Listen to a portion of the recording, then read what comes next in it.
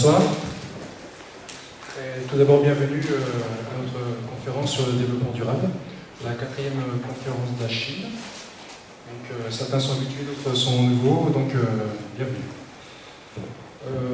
Alors, le développement durable. Ce soir, nous accueillons Gérard Loison, qui est géographe, professeur agrégé de l'université, et Gilbert Hafner, ancien secrétaire général des Amis du monde diplomatique et président de la Commission nationale du développement durable du Grand Orient de France.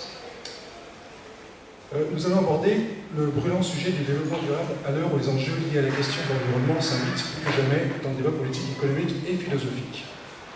Le terme d'effondrement est de plus en plus évoqué pour traduire les processus qui conduisent l'humanité vers une situation grave, sans précédent et peut-être sans retour. Mais contrairement à une idée assez répandue, cette théorie de l'effondrement, issue du récent courant philosophique, la collapsologie, ne se contente pas d'observer et de commenter. Elle prend en compte d'autres dimensions que scientifiques, comme l'imagination, pour reconstruire dès à présent, avant d'avoir à le faire sur des décombres. Où voit le monde des vivants? Aujourd'hui, la question de la biodiversité n'est plus de diviser, ni de hiérarchiser, ni de traiter séparément les éléments de la vie sur Terre. Peut-on persister dans une représentation philosophique éculée de la supériorité de l'humanité, où la nature ne serait qu'une machine ou qu'instrument au service des hommes? Cette nature est menacée dans toutes ses dimensions, celle des sphères, hydrosphère, pédosphère, atmosphère, dans ses parages naturels ou historiques, et bien sûr dans sa biodiversité végétale, animale ou même humaine. Prenons-nous la mesure de cette hécatombe en cours ou à venir? C'est des questions auxquelles nous allons essayer de répondre ce soir au travers de cette conférence. Un petit message de notre président qui n'a pas pu être là ce soir pour cause de santé, car il est vraiment bloqué au point de ne pas pouvoir se lever d'une chaise. Donc, il aurait aimé être là et présent ce soir, mais il ne pouvait pas. Donc je vais laisser la parole à nos conférenciers. Et puis en vous souhaitant une bonne conférence et un bon moment. Merci.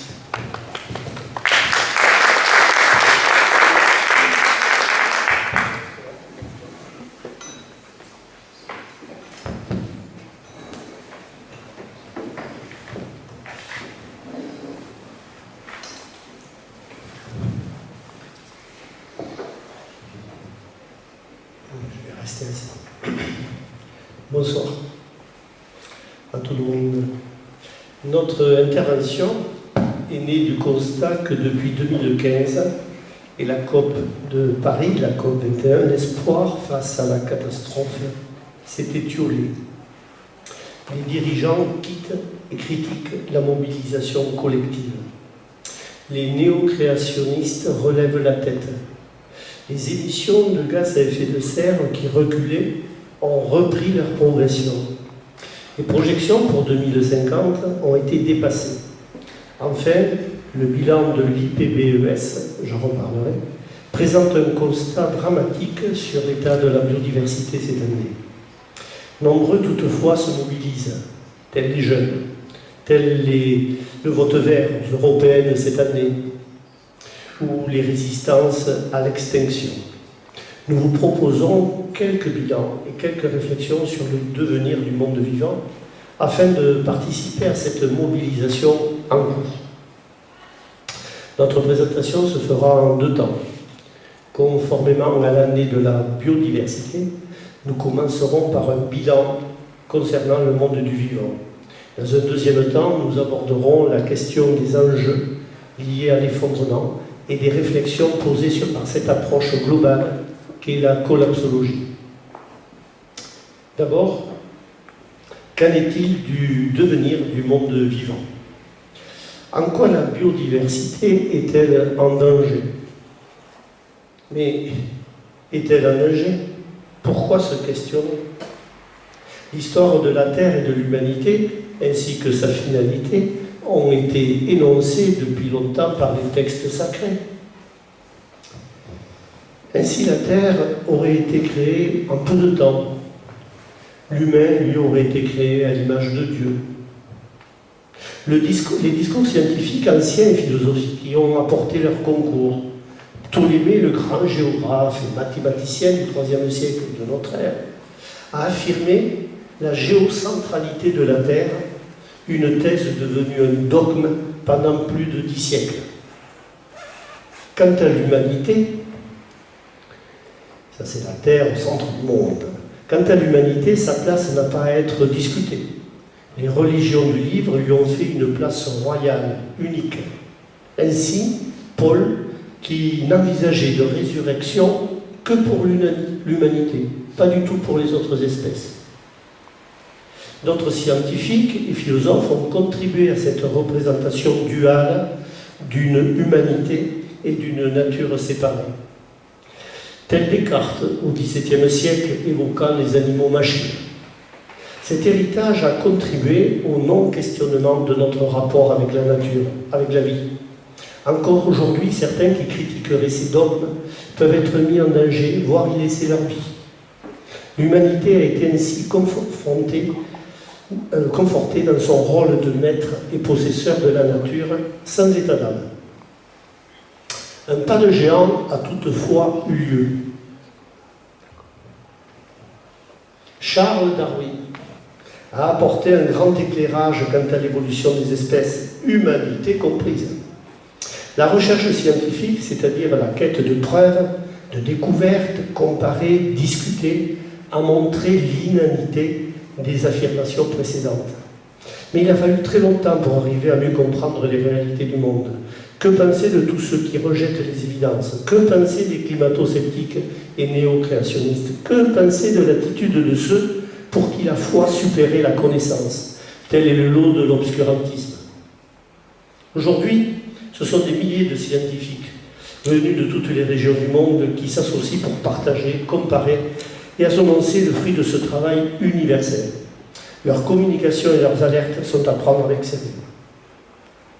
Sur la base de ces recherches, mon propos vise à réfléchir au devenir du monde vivant et avant d'aborder un bilan, je souhaite en rappeler la richesse. La vie ni l'humanité ne sont pas nés d'un coup de baguette magique. La vie est complexe, considérablement multiple et diversifiée. Pour la décrire, le terme de biodiversité a été créé récemment, en 1984.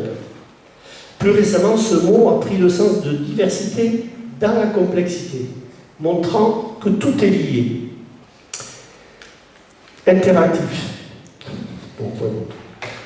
Elle relève d'un système se déclinant à l'échelon mondial, la biosphère, et aux autres échelons, celui des écosystèmes, intégrant bien évidemment l'humanité et ses activités. La vie est a priori la spécificité de notre planète.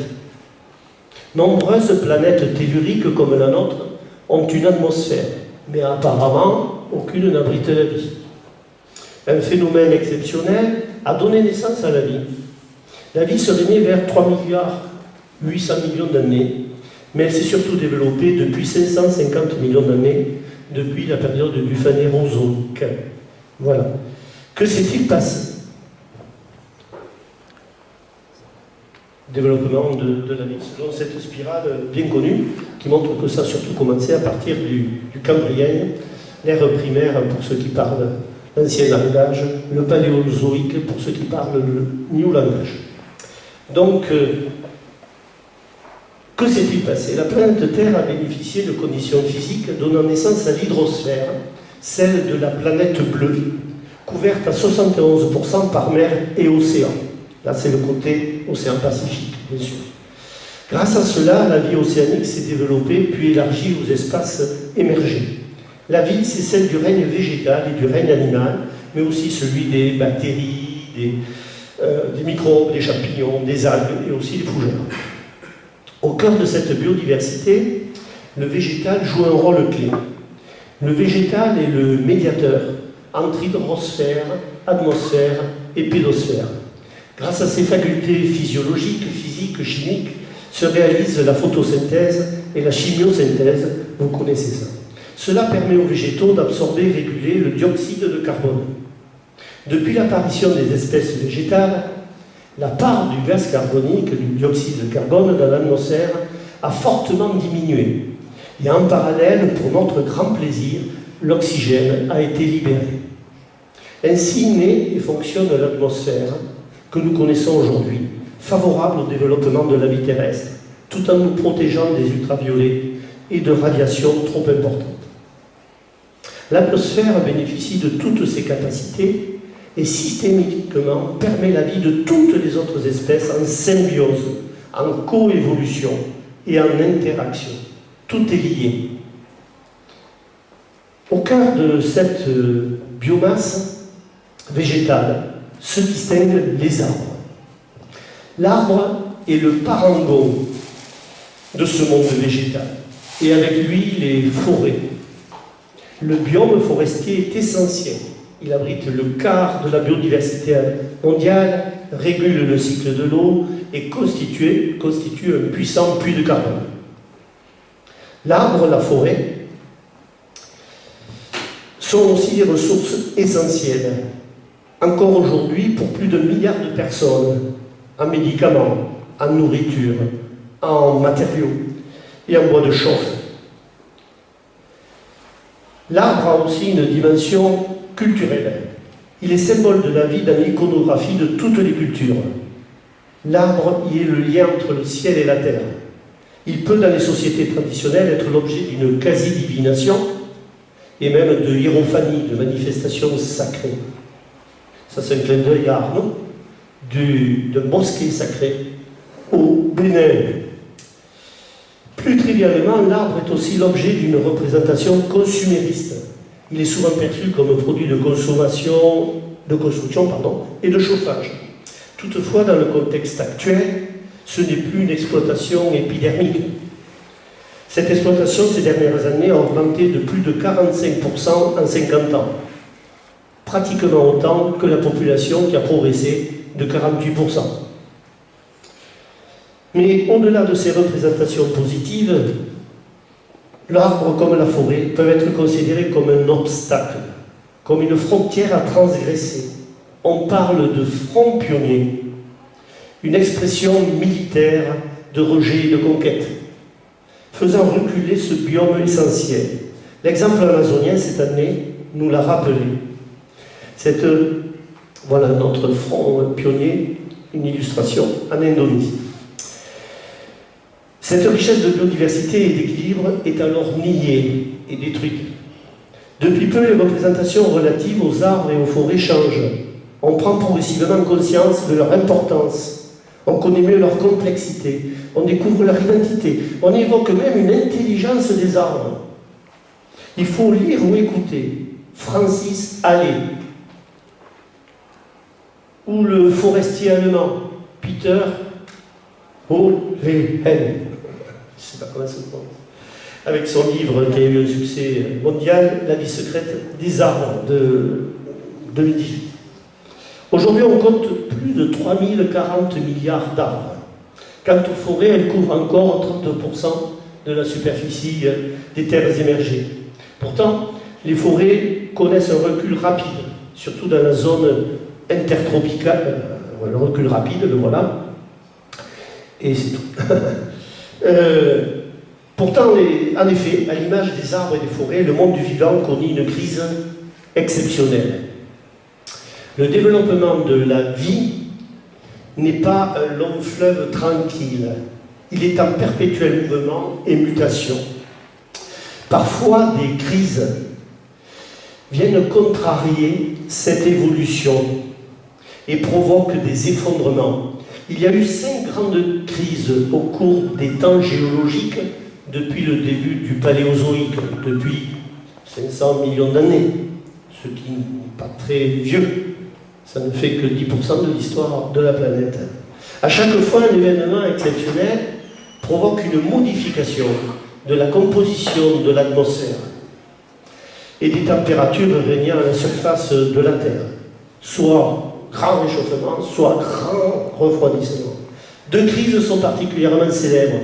Celle du Permo-Trias, il y a 250 millions d'années, où 95% de la faune-flore a disparu. C'était surtout une faune et flore marine. Et la deuxième grande crise, elle est très connue, il y a 65 millions d'années, c'est plus proche de nous, c'est pour ça. C'est celle qui a vu la disparition de 75% des espèces, et en particulier les fameux... Voilà. Aujourd'hui, nous sommes confrontés à la perspective d'un nouvel effondrement.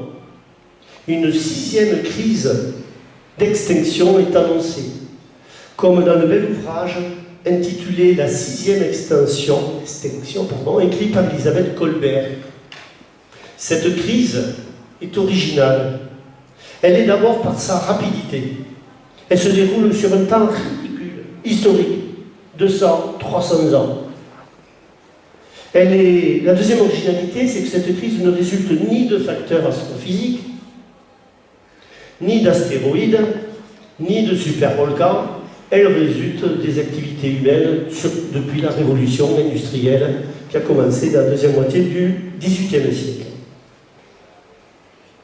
Pour désigner cette courte période de 250 ans, le mot d'anthropocène a été créé. Je ne sais pas si ça se voit bien, mais ça ne marche pas. Bon, où en sommes-nous? Où est la vie? La biosphère est multiple. On compte plus de 8 millions d'espèces, dont près de 2 millions identifiées. Il y en a peut-être beaucoup plus, on ne le sait pas. Elle est surtout fragile. Aujourd'hui, elle est en danger. L'IPBES, c'est un sigle anglo-saxon. En français, la plateforme intergouvernementale sur la biodiversité et les services écosystémiques, appelée parfois le GIEC de la biodiversité, a fourni cette année, lors de son dernier rapport, un bilan inquiétant. Voici sa conclusion. La nature décline globalement à un rythme sans précédent dans l'histoire humaine et le taux d'extinction des espèces s'accélère, provoquant dès à présent des effets graves sur les populations humaines du monde entier.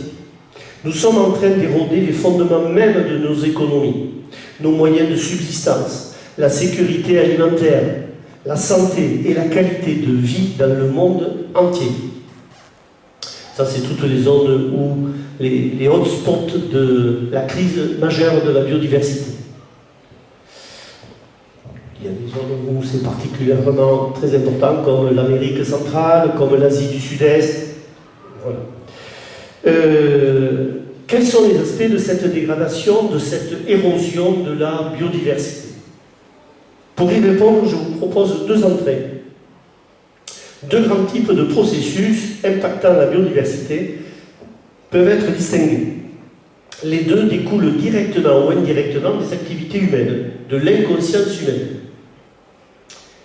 Le premier niveau est la modification de l'atmosphère par l'augmentation de gaz à effet de serre, essentiellement le dioxyde de carbone. Ça concerne la planète entière. C'est le niveau le plus élevé.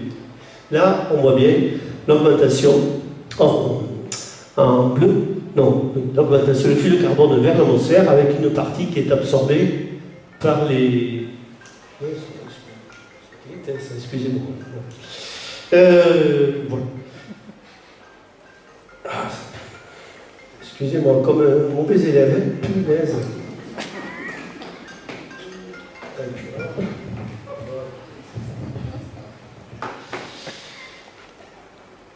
Donc c'est le premier processus de 300 ppm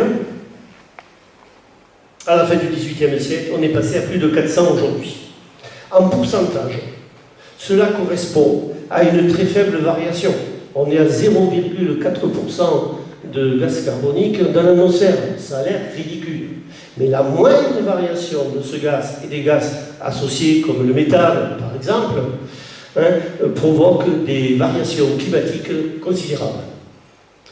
Cela se traduit essentiellement par un réchauffement à la surface de la planète.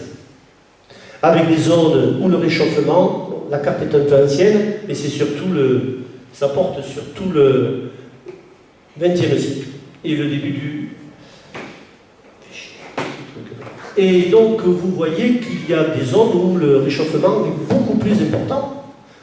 En rouge, on le voit dans le nord de l'Amérique septentrionale, on le voit dans les zones de Sibérie ou font le fameux permafrost. Hein. On voit qu'il y a des zones où c'est très très fort. Sur cette carte, on ne voit pas l'Afrique, et pourtant en Afrique, ils ont des zones comme le nord du Kenya, où ils sont avec des températures considérables. Là, au Mozambique, la dernière température qu'ils ont relevée, c'est 47 degrés. Ils n'en sortent pas. Donc il y a des contrastes très très forts de l'augmentation de température, même si au cours de l'Anthropocène, la hausse générale a été, depuis plus de 100 ans maintenant, ça fait presque 140 ans qu'il y a des mesures, on est à plus 1 degré centigrade. Voilà. Ce réchauffement impacte la biosphère et la biodiversité mondiale globale, l'irradiation, l'insolation, sans oublier les canicules plus fréquentes, agressent les végétaux et les animaux comme les humains. L'augmentation thermique modifie les climats, la circulation des masses d'air, la circulation des masses océaniques. Maintes espèces changent de région, changent d'altitude, changent de latitude, migrent. C'est aussi le cas des espèces dites invasives qui contribuent à dérégler les écosystèmes et les agrosystèmes envahis. Des invasions auxquelles les activités humaines et la mondialisation participent largement, fournissant les moyens de déplacement à maintes espèces invasives, frelons asiatiques par exemple. D'une manière générale, les milieux naturels se modifiant, les espèces animales en particulier perdent leur niche écologique. Pour certaines, c'est catastrophique. Les ours polaires sont souvent cités en espace. Pour eux, c'est le grand écart. Certains biomes sont particulièrement atteints. C'est le cas des récifs coralliens. Ces récifs sont emblématiques. Ils abritent le quart de la biodiversité océanique, sans compter nombreux autres avantages. Or, ils sont victimes d'une catastrophe due avant tout au réchauffement de la température des océans, mais également de l'acidification des océans, des eaux océaniques. Au niveau mondial, on estime que 20% des récifs et des écosystèmes associés ont été irrémédiablement détruits au cours des dernières décennies. Relevant de processus identiques, globaux, on note la baisse continue du phytoplancton océanique, base de la chaîne alimentaire dans les océans. On n'en parle pas beaucoup de ça, mais c'est un élément important. C'est le premier élément qui permet, de la chaîne trophique, qui permet à toute la vie animale dans les océans. C'est ainsi le premier processus, ce réchauffement et ces gaz à effet de serre associés ont un impact global, mondial. L'autre type de processus de dégradation est au niveau local et régional. Là, les activités humaines, anthropiques, sont particulièrement visibles, décisives. L'action directe des activités humaines sur les milieux naturels est immémorielle. Souvent, par le passé, elle relevait d'une adaptation et même d'une symbiose avec la nature, qui pouvait être créatrice. Les millions de mares des sociétés rizicoles d'Extrême-Orient, ou les mares de nos campagnes, il y en avait partout, ont largement participé à la biodiversité.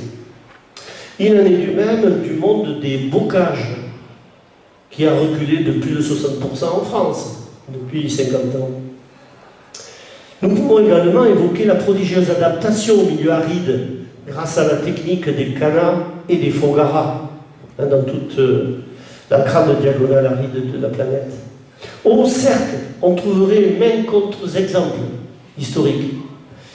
Citons par exemple l'île d'Hydra, au sud du Péloponnèse, une petite île bien arrosée, une petite île qui, comme son nom l'indique, grâce à sa belle couverture végétale et forestière, en faisait une île bien arrosée. Mais cette richesse végétale fut sa perte. Son exploitation a conduit à sa raréfaction et disparition. Aujourd'hui, l'île d'Hydra est sèche et on doit importer l'eau du continent par des bateaux-citernes. surpâturage par les chèvres et exploitation de bois qui était de grande qualité par des entrepreneurs locaux qui en avaient fait, qui avaient nourri la plupart des grandes marines méditerranéennes. Voilà. Mais les choses ont changé. Depuis la révolution industrielle et l'essor prodigieux de la population qui l'a accompagnée, la négation des milieux naturels et la prédation conduisent à des milieux de cataclysmes locaux et régionaux, exacerbés par des phénomènes météorologiques de plus en plus puissants. Ainsi, les milieux océaniques sont l'objet d'un effondrement de la faune marine. En 40 ans, près de 50% du stock mondial halieutique a disparu. Une grande part de la responsabilité relève des pollutions en tout genre, chimiques, plastiques, et de la surpêche. Un autre grand domaine de la biosphère, moins médiatique, est celui de la pédosphère, celui des sols. Le sol correspond à une très mince couche jouant un rôle clé dans le fonctionnement des écosystèmes et des agrosystèmes. C'est un milieu vivant, contenant des éléments fertilisants pour les plantes et emmagasinant près du quart du carbone capturé. Il est l'objet d'une vie intense, à l'image des vers de terre, dont la densité est telle que leur biomasse équivaudrait à 20 fois celle de l'humanité.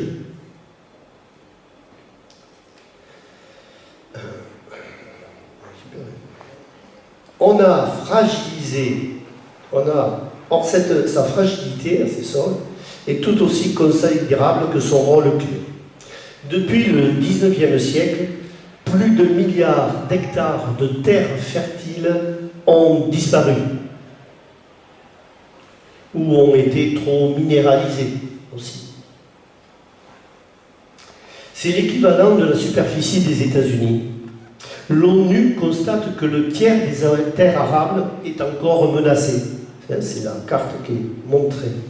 On assiste à une stérilisation des sols par les apports et les traitements chimiques de l'agriculture intensive.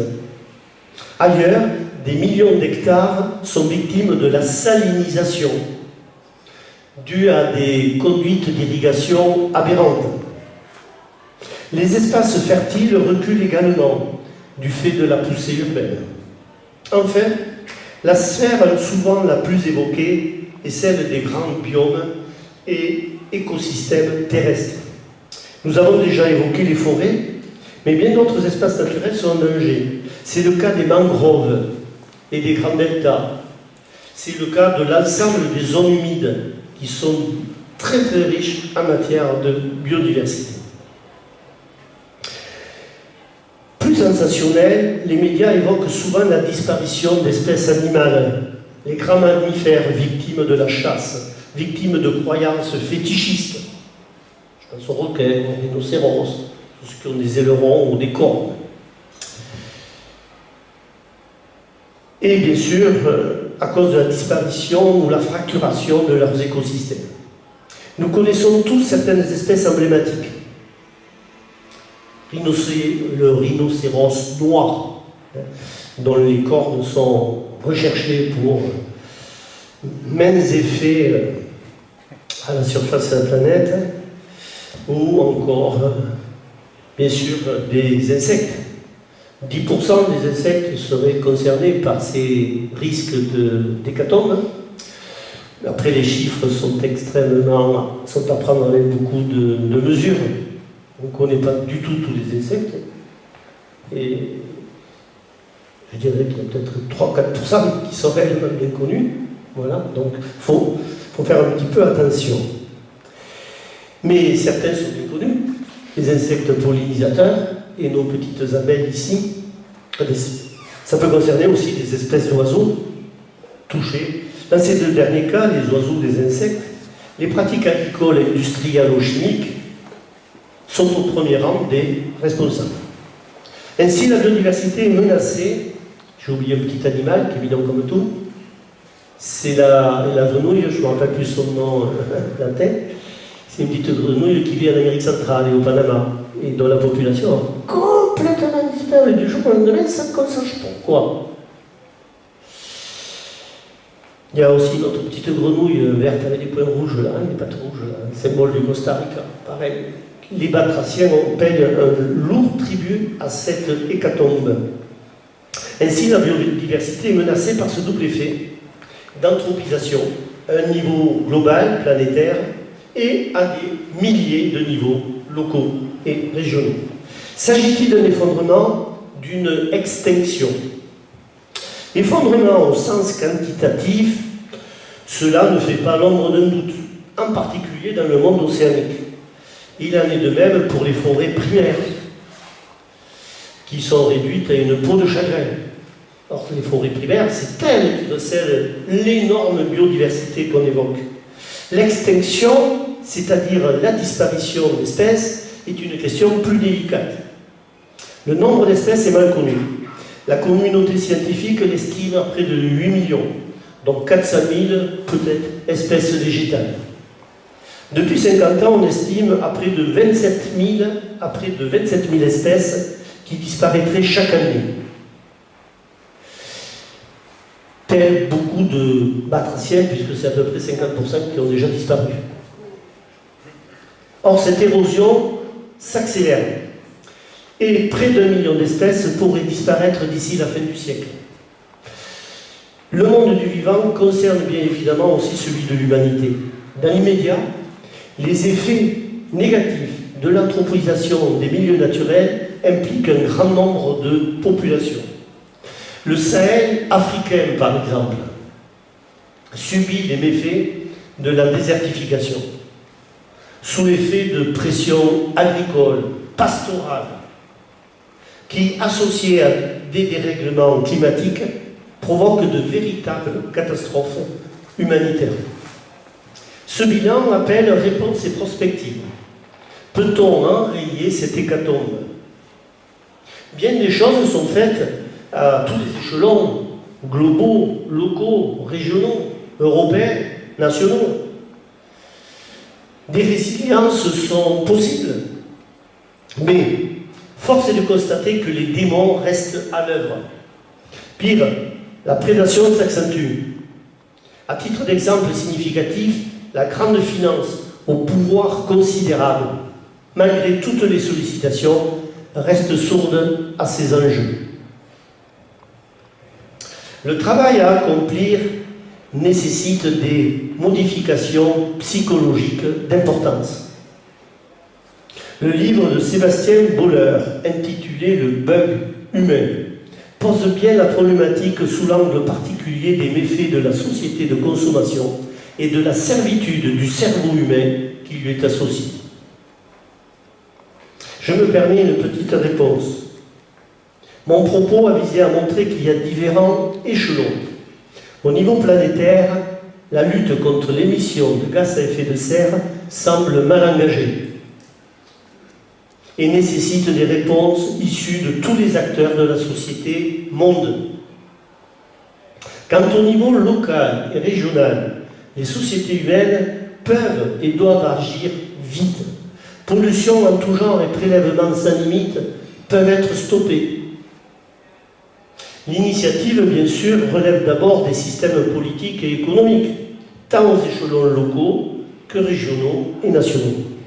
Mais l'initiative nous implique tous. Les enjeux sont considérables et vitaux. Comme des somnambules, nous marchons vers l'abîme, écrit Edgar Morin. Donc il faut se réveiller. La collapsologie reste cette réflexion globale, systémique, peut peut-être nous éclairer. Et là, je vais laisser la parole à mon ami Gilbert, mais une petite remarque. Pour partager un brin d'espoir, j'aimerais vous inciter à lire ou à relire cette belle petite histoire racontée par Jean Giono, l'homme qui plantait des arbres. Je vous remercie.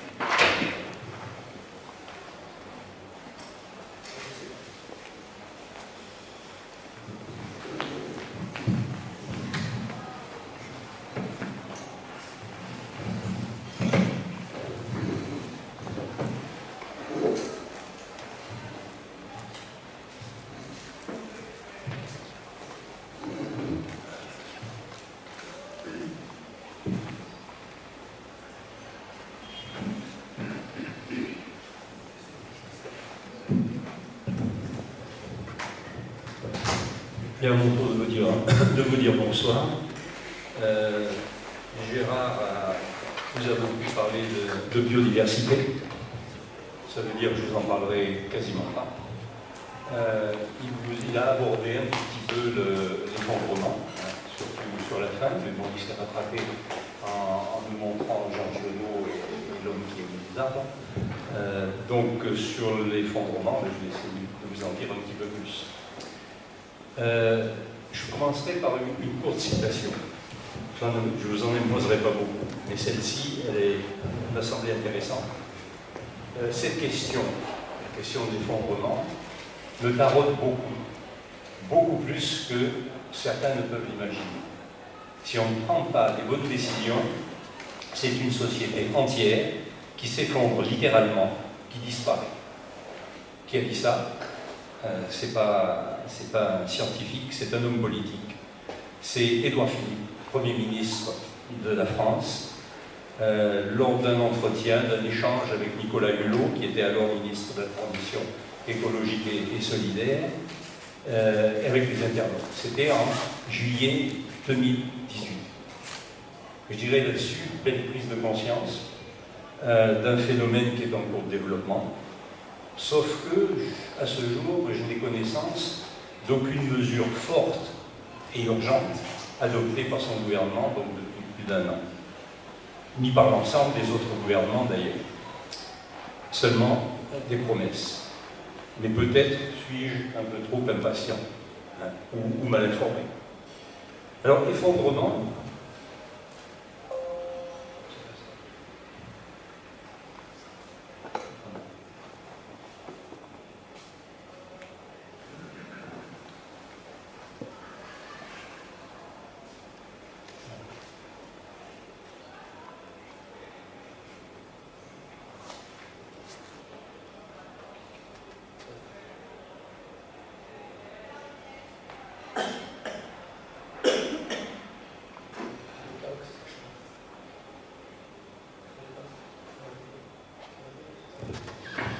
bien, après ces petites questions techniques. Alors, effondrement. Donc c'est bien le thème que je dois aborder avec vous. C'est un mot qui est bien simple, mais pour dire quelque chose, c'est cool. Que c'est un bâtiment, une personne, une société, une civilisation. De l'effondrement à la collapsologie, vous avez entendu ce mot aussi tout à l'heure dans la bouche de Gérard, il n'y a pas même un pas, puisque c'est la collapsologie, c'est l'étude de ce qui est tombé d'un seul bloc, donc de l'effondrement. Le terme d'effondrement, vous l'avez remarqué, est de plus en plus évoqué pour traduire les processus qui conduisent l'humanité vers une situation grave, sans précédent et peut-être même sans retour, ce que disait Arnaud en commençant cette conférence. Ce phénomène est né, développé lors de cet âge particulièrement court dans le temps qui s'appelle l'Anthropocène. On parle donc aujourd'hui d'effondrement de la civilisation thermo-industrielle, ce à quoi s'attache justement la collapsologie. Ce néologisme a été créé par Pablo Servigne à partir du terme de collapsus, qui se propose de décrire l'ensemble de ces processus. Pour l'instant, cette collapsologie n'a absolument pas le statut de science, ne prétend pas non plus à la qualification d'un courant philosophique. Elle s'appuie beaucoup sur des études scientifiques de plus en plus nombreuses. Elle se présente surtout comme une approche transdisciplinaire permettant de mieux saisir les processus de dégradation et de destruction en cours, aussi bien le climat, la biodiversité que beaucoup d'autres éléments du développement durable. Je crois les collapsologues sont conscients de la complexité, de l'évidente presque complexité de tout ce qui touche au vivant. Ils utilisent donc pour ce faire une approche systémique pour tenter de dégager les grandes tendances, les grands dangers de la course de nos sociétés vers la destruction déjà avancée de la biosphère. Elle prend aussi en compte la collapsologie, ou la théorie de l'effondrement, d'autres dimensions que scientifiques, comme l'imagination, pour simplement déjà tenter de reconstruire avant que de le faire sur des décombres. Et utilise aussi alors des choses comme l'intuition, la spiritualité. Mais la collapsologie, parce qu'elle décrit des phénomènes souvent passés sous silence, et parce qu'elle ouvre beaucoup de champs de possibles à le vent en poupe aujourd'hui, en particulier auprès des jeunes. Mais, parce qu'il y a un mais, bien sûr, il y a toujours un mais, il y a une remise en cause aussi, en même temps, de ce qui est fait au travers de la collapsologie. Remise en cause d'abord universitaire, puisque l'université a toujours un tout petit peu de mal à accepter la transdisciplinarité et reproche parfois, pas toujours, à la collapsologie son manque de preuves dans les visions qu'elle propose du monde de demain. Puis il y a aussi une remise en cause qui est peut-être plus grave, parce que la remise en cause universitaire, elle est en train d'évoluer. De plus en plus de scientifiques travaillent directement avec des gens comme Paul Servigne. Mais par contre, là où c'est plus grave, c'est la remise en cause économique, pour la simple raison que les lobbies qui dirigent le monde aujourd'hui ne sont absolument pas prêts à reconnaître ce que dit la collapsologie, c'est-à-dire le saccage organisé qu'ils appuient depuis plus de 2 siècles. Donc, la collapsologie, cette théorie de l'effondrement, est objet d'attaque et de dénigrement. Donc, on pourrait dire pour ou contre que la collapsologie n'est pas la question, je ne crois pas du moins que ce soit, c'est ce que nous avons à faire, même si, dans le débat qui suivra, je l'espère, on devra prendre position sur tel ou tel point. Effondrement comme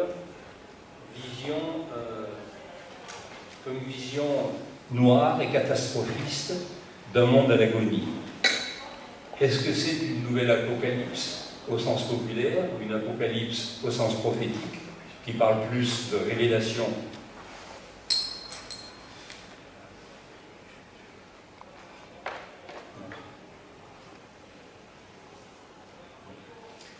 Qui parle plus de révélation de fin du monde, ou alors un effondrement comme discours eschatologique qui nous dit l'ultime destinée du genre humain, ou alors, comme je vous le disais il y a un instant, un désir déjà de construire une autre société plus respectueuse des écosystèmes, plus respectueuse de la nature. Ce sont déjà, me semble-t-il, quelques éléments de réflexion et de compréhension. Il y a aussi des effondrements provoqués ou des effondrements subis, selon la position de l'observateur. Mais là, nous ne sommes plus dans le jugement de valeur comme je le faisais il y a un instant, mais dans un même phénomène vécu différemment par les auteurs et les victimes. Par exemple, extraire des gaz de schiste ou du pétrole de schiste, non seulement renvoie aux calendes le pic pétrolier, mais enrichit aussi assez facilement de nouveaux producteurs, tout en transformant d'immenses zones de vie en déserts stériles. Je me propose donc ce soir de construire mon propos, non sur des affirmations, parce que je n'en ai pas ni la capacité ni le goût, mais sur une série de questionnements. Et au travers de ces questionnements, j'essaierai au moins de vous fournir quelques éléments de réponse, sachant que ce qui est le plus intéressant dans ce genre de conférence, c'est que vous puissiez compléter. De toute façon, nous ne traiterons pas l'ensemble des thèmes liés à l'effondrement, ça c'est sûr, pas plus que Gérard n'a traité tout à l'heure l'ensemble de la biodiversité ou du vivant. Vous avez à votre disposition des milliers de livres, d'études très bien documentées qui sont disponibles sur les étagères des librairies ou sur les sites électroniques. La première question que je poserai, c'est pourquoi cet engouement soudain pour les catastrophes écologiques en cours ou annoncées? Ou bien vient-on seulement découvrir les risques et les dangers que pour l'humanité? Alors, on va dire non. Non, parce que, sauf à considérer, bien sûr, que la cécité et le déni gouvernent le monde moderne. Sinon, sans remonter au déluge, qui était certainement d'ailleurs dû à une catastrophe climatique ou géologique, ni au commencement du monde, revenons seulement un instant sur les débuts de l'ère industrielle et sur les révolutions successives qui s'y attachent. Un premier invariant doit rester en mémoire. Les physiocrates de la fin du XVIIIe siècle, les économistes classiques, comme Adam Smith ou Malthus ou Ricardo, l'environnement est un don de la nature à l'homme, ou encore, la nature est un cadeau de Dieu à l'homme. Si l'on ajoute à cela la conception philosophique de la suprématie de l'homme sur la nature et sur les autres êtres vivants, nous avons déjà les causes en devenir de la situation dramatique de la biosphère que nous constatons actuellement. Mais en ces temps-là, personne ne s'interrogeait sur le bien fondé de telles affirmations et croyances. Les ressources dites naturelles étaient considérées illimitées. Pour certains, aujourd'hui encore, elles sont considérées de la même façon. Il suffisait en clair de se servir, avec pour seul garant de durabilité le dogme bien pratique de la propriété privée, pilier fort, bien évidemment, du capitalisme naissant à cette époque-là. Et puis aussi, l'installation dans les esprits de ce qu'on pourrait dénommer le mythe occidental du progrès infini. Ce raccourci, donc, pour arriver aux premières prises de conscience des effets néfastes et dévastateurs de cette société thermo-industrielle dans laquelle nous vivons, sur les fragiles équilibres écologiques et donc sur la perpétuation du vivant. Quelques repères seulement pour aller un peu plus loin. Depuis près de 50 ans, les premières alertes ont été portées, même avant, je dis 50 ans, mais je pense à un livre que j'ai reparcouru il y a quelque temps, qui était d'un paléontologue, je crois, américain, qui s'appelait Fairfield Osborn. En 1948, il alertait déjà sur les dangers d'une surexploitation des ressources naturelles. Et puis, il y a à peu près 50 ans, il y a eu le Club de Rome et la publication du fameux rapport Meadows, les limites de la croissance. Ce rapport Meadows, simplement, signalait qu'il continue à fonctionner, que le Club de Rome continue à financer des recherches là-dessus, et que ce qu'ils avaient dit à l'époque, c'est que la courbe allait s'inverser dans les années 2025, 2020, 2025, 2030. Nous y sommes. Ils n'ont jamais démenti cette tendance à l'effondrement. Et donc, après, il y a eu, depuis ces 50 ans-là, c'était dans les années 70, il y a eu beaucoup de choses qui ont été dites, qui ont été faites. Il y a eu la conférence de Stockholm, 27 principes qui étaient énoncés pour dire attention. Il faut faire attention, il faut arrêter de surexploiter. Après, il y a eu le premier choc pétrolier en 1973.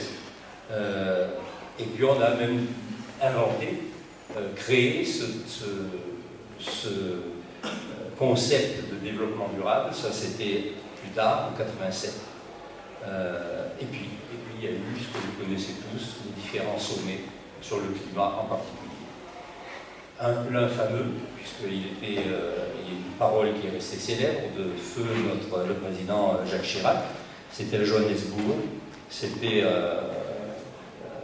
lors d'une conférence sur le climat, où il avait dit « Notre maison brûle et nous regardons ailleurs ».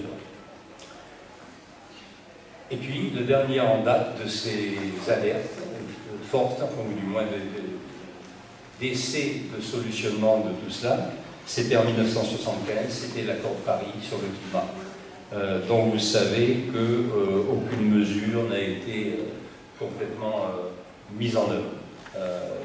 Des petites choses ici ou là, mais c'est tout.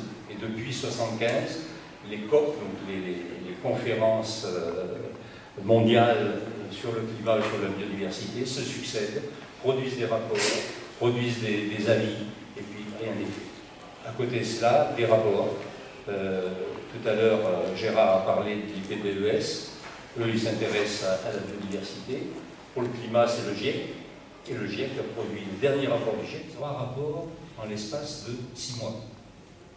Un sur le climat, un autre sur les sols et l'agriculture intensive, et le dernier, c'est sur les océans et la cryosphère, donc tout ce qui est des glaces, les pôles qui sont en train de fondre.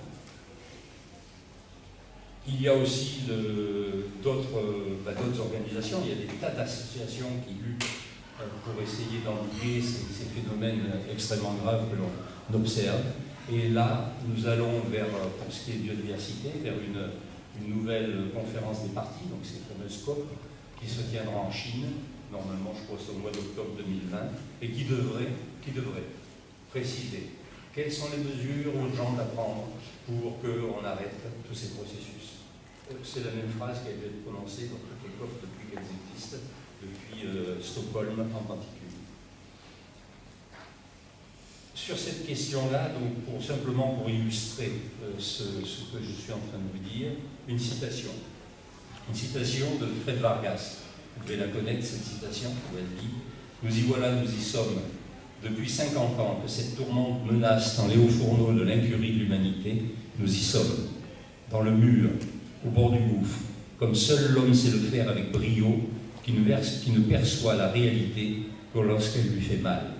Tel notre bonne vieille cigale à qui nous prêtons une qualité d'insouciance, nous avons chanté, nous avons dansé.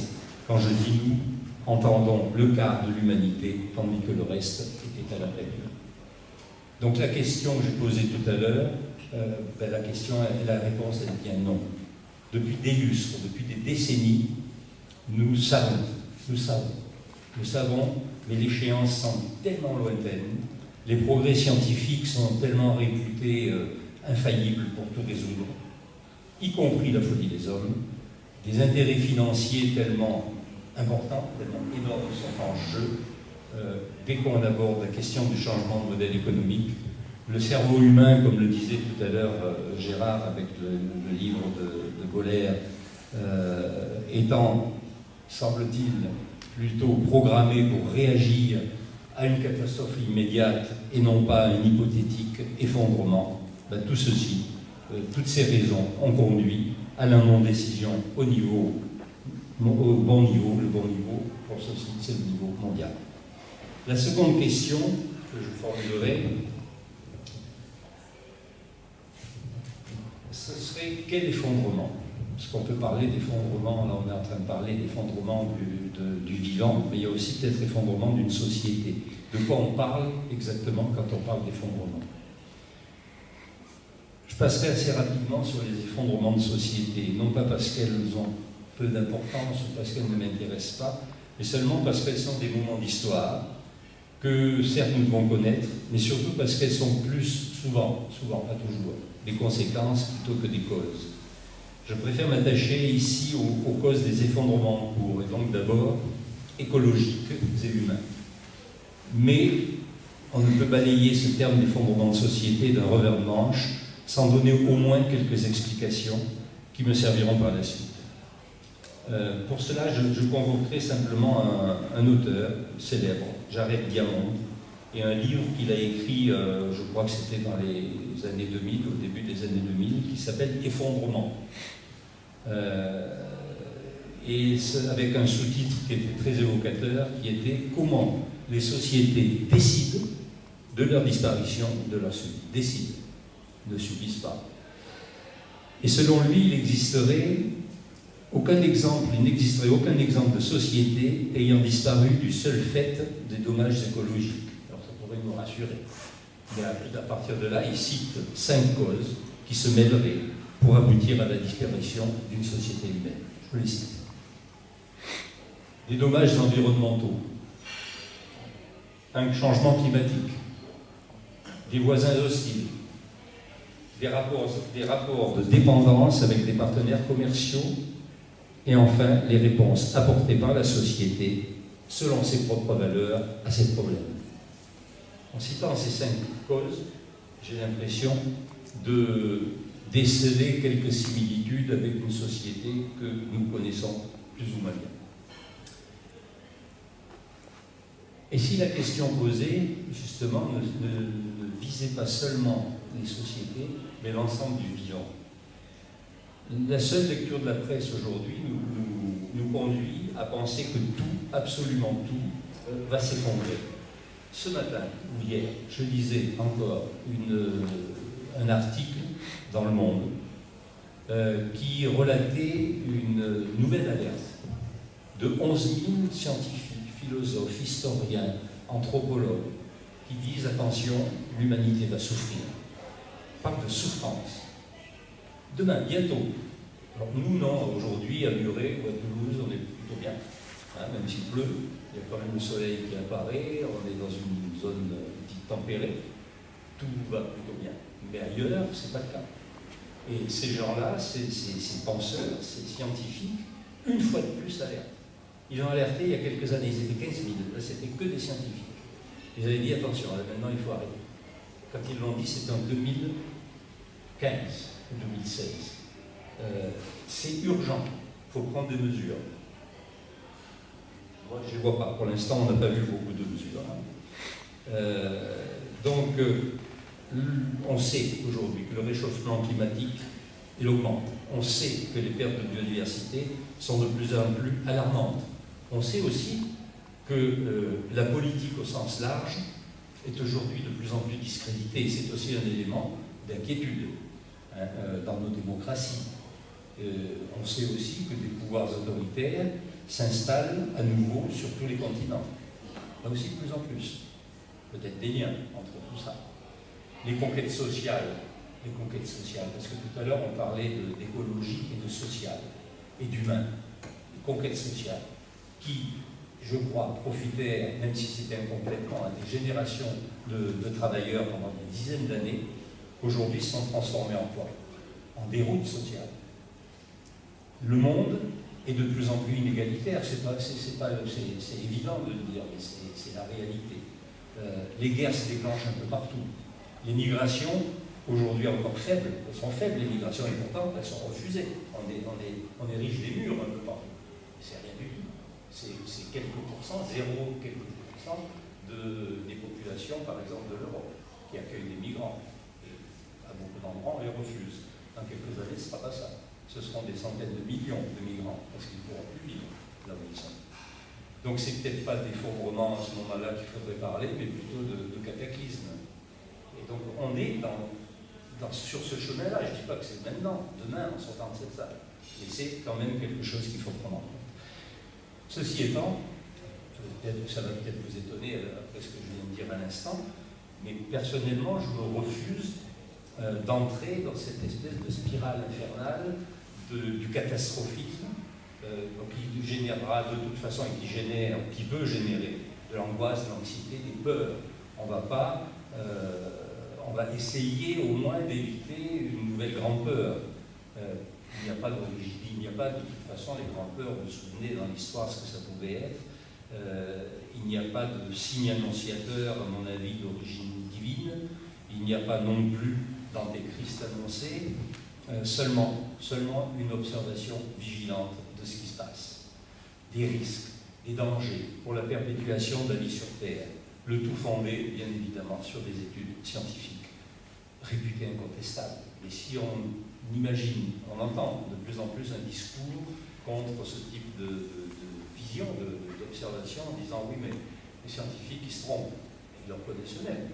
Mais si on ne peut pas se fier à ceux qui, toute leur vie, passent leur vie à réfléchir à comment, quels sont les modèles de demain, qu'est-ce qui se passe et qu'est-ce qui peut se produire, alors je ne sais pas vers quoi il faut se tourner.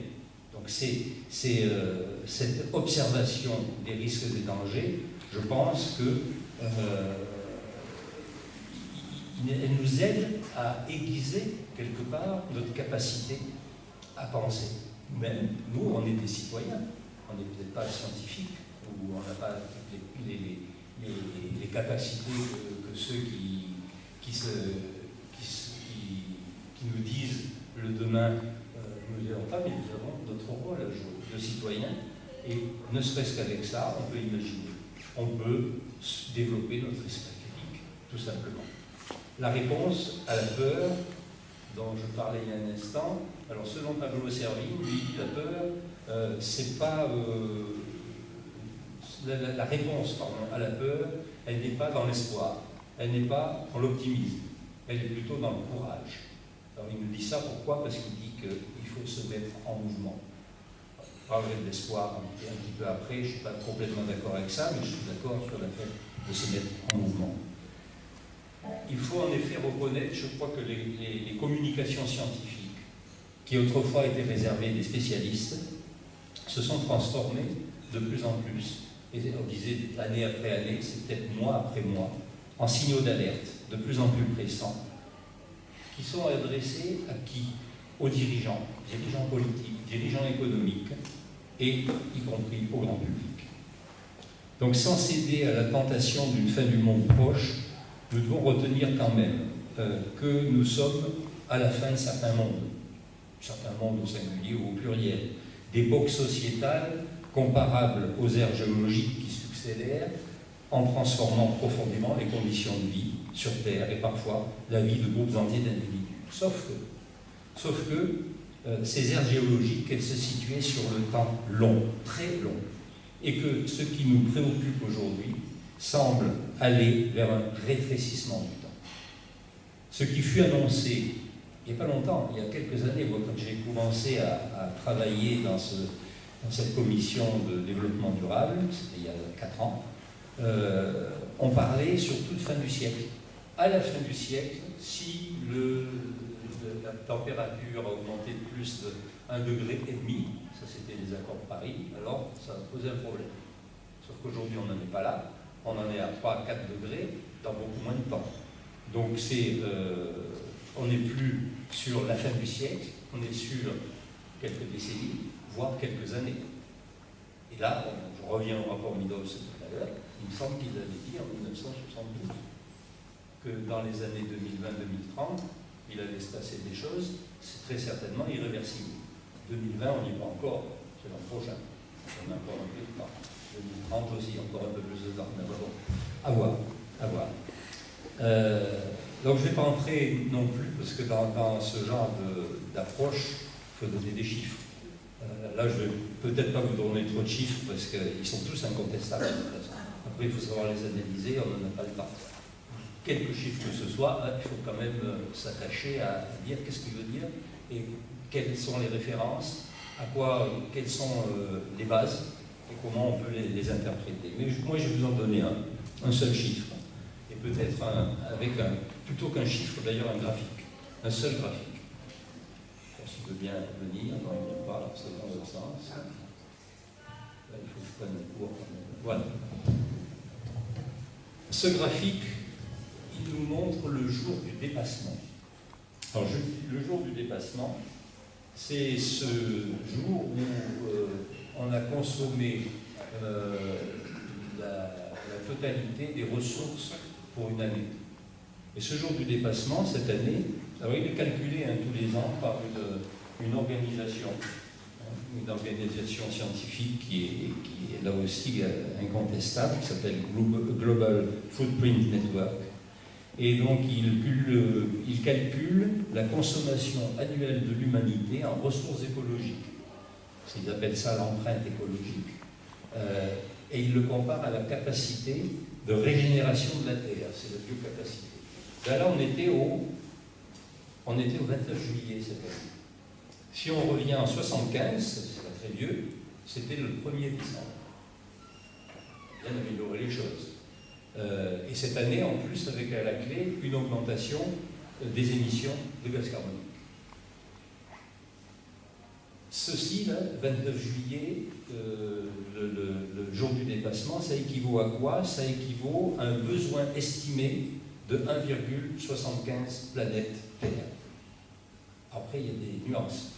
Les nuances, elles sont importantes. Si on consommait, que le monde entier consommait comme les États-Unis d'Amérique, il faudrait 5 planètes Terre. Avec ce jour-là, 5 planètes Terre. Si c'était l'Inde, il n'en faut que 0,7 pour l'instant.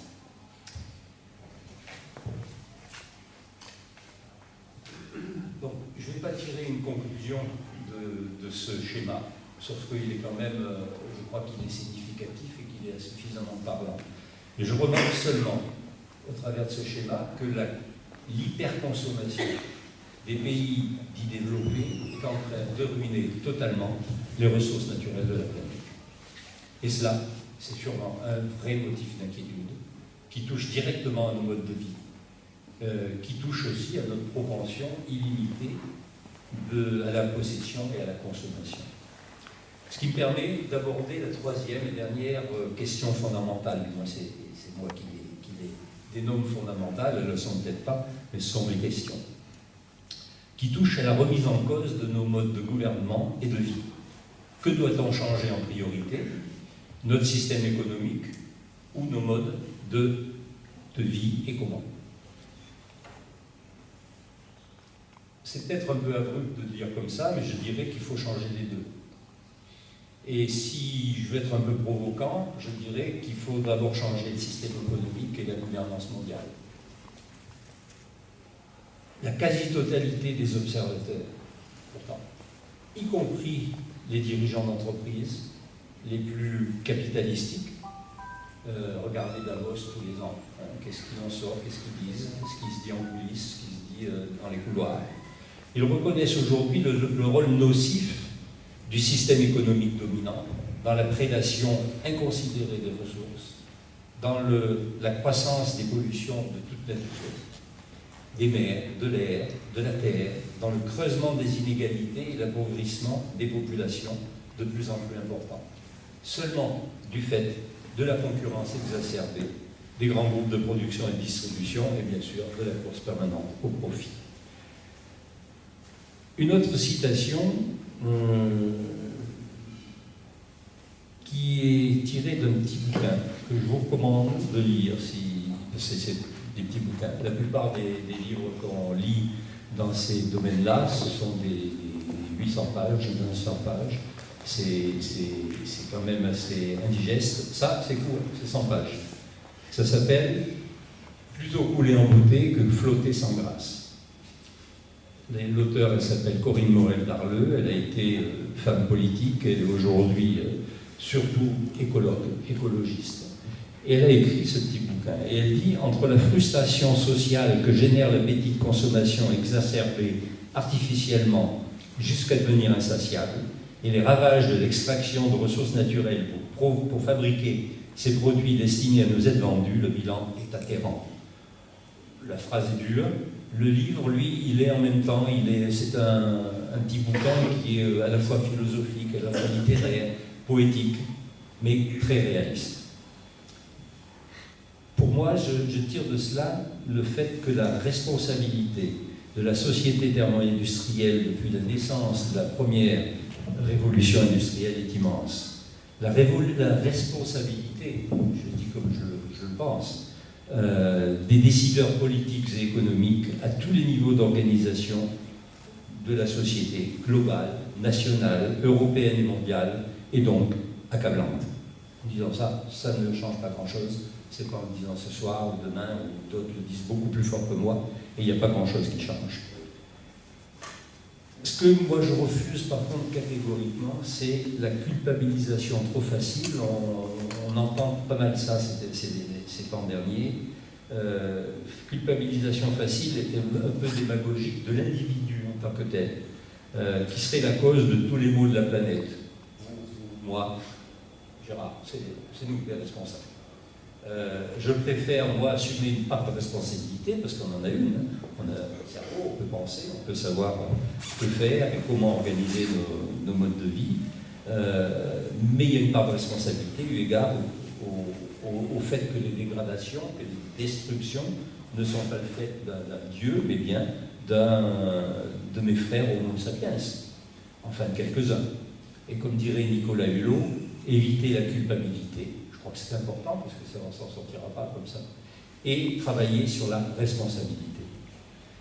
Pour tenter d'éclairer quelque peu la problématique du changement désormais indispensable, je propose à la discussion de manière différente de traiter les problèmes écologiques. La gestion des problèmes par le bas, la gestion des problèmes par le haut, c'est connu, hein, c'est pas moi qui l'ai inventé.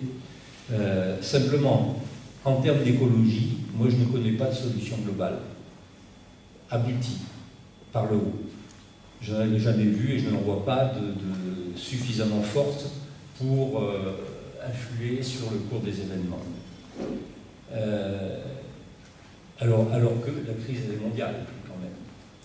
Par contre, il y a des milliers d'initiatives, de projets, de réalisations au plan local qui existent, qui influent sur la décélération des détériorations et sur la définition de nouveaux rapports entre l'être humain et la nature.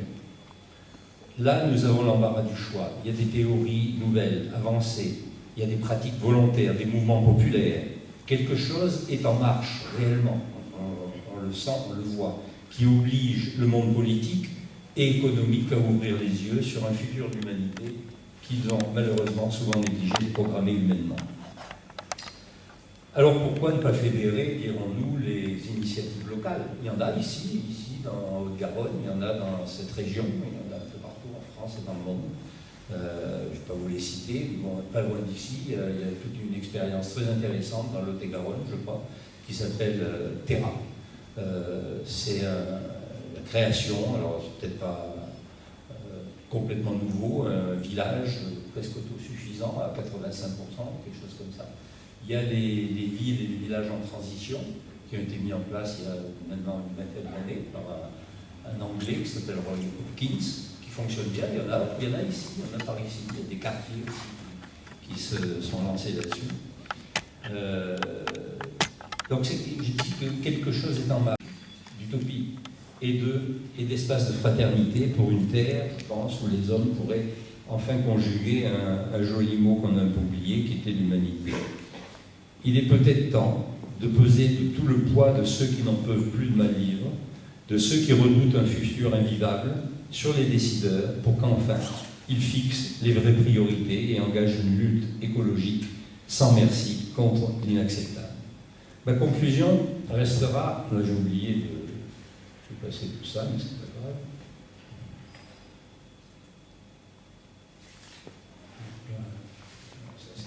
Ça me dit un petit peu quand même là où on en est. La conclusion, elle restera quand même sur le